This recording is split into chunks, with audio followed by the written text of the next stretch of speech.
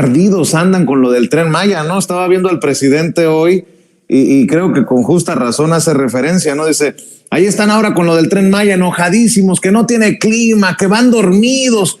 Bueno, pues yo también cuando me subo en un tren en Estados Unidos me quedo dormido y no por eso dejo de apreciar el gran paisaje, lo emocionante que me resulta ir por la costa hacia arriba, por California.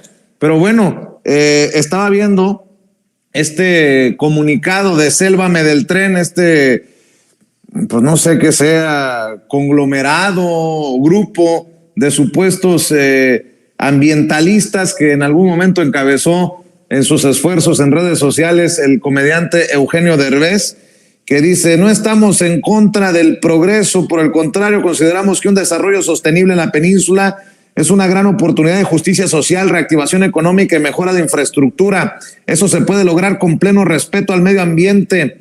Y como tiene fecha del día de la inauguración, dice, hoy no se inaugura un tren, se muestra una mega obra a medias, ilegal, sin instalaciones terminadas, Bueno, si esto supuraría, yo creo, tanta vitacilina que se han tenido que untar, mi querido Fis, pero bueno, ahí está el Tren Maya, le duela a quien le duela, le pese a quien le pese. A ver si no nos salen con una torre torcida, un cerro en medio del tren, de las vías. Ya ves cómo le hicieron con el aeropuerto Felipe Ángeles. Dicen que el tren es militar, que no es maya. Digo, ahora sí que de veras estamos ante es decir, vamos, hay ya un grado de irracionalidad muy importante en estas observaciones. Yo vi también en redes sociales una enorme crítica alrededor del menú del Tren Maya, que estaba escrito en una tipografía fea, que era la Comic Sans Serif. Es decir, ¿de qué están hablando? ¿De veras?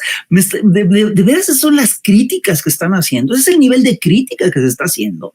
Es decir, yo te recuerdo que en otros sexenios las críticas se centraban alrededor de temas mucho más serios, a través de que si se estaba entregando el país a las multinacionales extranjeras, se centraban alrededor de que si se estaba rompiendo el pacto social plasmado en la Constitución del 17, se centraban alrededor de que si se estaban favoreciendo los negocios ilegales. Que ahora las críticas sean que no les gusta la tipografía del menú, a mí me parece ya de una frivolidad impresionante, ¿no? Y fíjate, el caso de los trenes, de los ferrocarriles en México, es un caso que es emblemático y que tiene que ver con nuestra historia. En México, durante el crecimiento, la primera, un proceso de industrialización importante se da justamente en el periodo del Porfiriato, cuando en tiempos de Porfirio Díaz se crece la red ferroviaria como nunca antes, y eso permite efectivamente que se conecten muchas regiones, permiten que crezca el comercio. Esto es una señal de industrialización muy importante, y los ferrocarriles fueron, sin lugar a dudas, claves para las comunicaciones de toda la nación a finales del siglo XIX y a principios del siglo XX.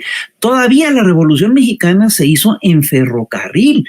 La Revolución Mexicana se hizo justamente en vías de ferrocarril, y hay batallas que se libran alrededor de estrategias que tienen que ver con el ferrocarril. Yo recuerdo esta historia increíble de Francisco Villa, que estaba, creo yo, en la zona de Zacatecas, y que decide tomar creo que es Chihuahua, ¿no? Y entonces decide y agarra un ferrocarril con tropas de élite y los hace irse retrocediendo, avisando que se van echando, y de repente salen los villistas y toman la ciudad en un santiago. Bueno, son estrategias, son leyendas que giran alrededor del ferrocarril mexicano. Y es un hecho que en la era neoliberal, durante la gestión de Ernesto Zedillo, se privatizaron los ferrocarriles. Se privatizaron los ferrocarriles, se decidió que los ferrocarriles de pasajeros no eran negocio, prácticamente no son negocio en ninguna parte del planeta, ¿no? Es decir, suelen ser transportes que son apoyados o subsidiados por los gobiernos, ¿no? Entonces decidieron dejar solo lo que era rentable, que son los ferrocarriles de cargas, y resulta que Ernesto Zedillo, que hace estos procedimientos, después se va a trabajar para una multinacional ferrocarrilera norteamericana a la que favoreció durante su gestión. Estás hablando de una cosa muy grave, es decir, el hecho, es decir, los ferrocarriles fueron una parte importante del sustento de comunicaciones e industrial de la nación mexicana desde finales del Porfiriato hasta principios, hasta ya entrado el siglo XX, hasta más allá de la mitad del siglo XX, y se desmantelan en la era neoliberal. Y perdón, el regreso de los ferrocarriles es una muy buena noticia para el país. Ahorita se está efectivamente haciendo todo el trama del Tren Maya, ¿no? Toda la ruta del Tren Maya. Es una ruta muy importante, ¿no? Yo creo que va a beneficiar a la gente de la región. La gente, yo estuve en el sureste a finales del año pasado, a principios de este año, y la gente estaba encantada con el ferrocarril Maya. La gente estaba, es decir, lo hacía suyo, estaba muy contenta porque era la primera vez en décadas que se hacía una inversión importante en el sureste, y que era una inversión que se hacía esta inversión en un proyecto que les iba a beneficiar directamente a ellos. Entonces, bueno, es decir, a mí me parece verdaderamente inconcebible, es decir, me parece increíble toda esta retahíla de quejas que no tiene ningún sustento. Rafa, vamos a admitir, es que nosotros somos paleros, los que tienen la verdad son los del Reforma. Fastidio y sueño en el Tren Maya. El primer viaje abierto al público del nuevo medio de transporte del sureste se caracterizó por el calor, el aburrimiento y la lentitud. Inga turroña. Me parece fantástico porque se estrenó un medio de transporte, no un espectáculo. No, ellos están usando la idea de que es un espectáculo el Tren Maya. Para ellos todo tiene que ser un espectáculo. Y no, pues es un medio de transporte. La gente en los medios de transporte se duerme. La gente en los medios de transporte, pues vive, es decir, no están ahí para ver un show, están ahí para transportarse de un lugar al otro. Son críticas verdaderamente frívolas, si tú te fijas, ¿no? En la ley existe esa figura. Cuando se te pone hay demandas que se desechan por frívolas.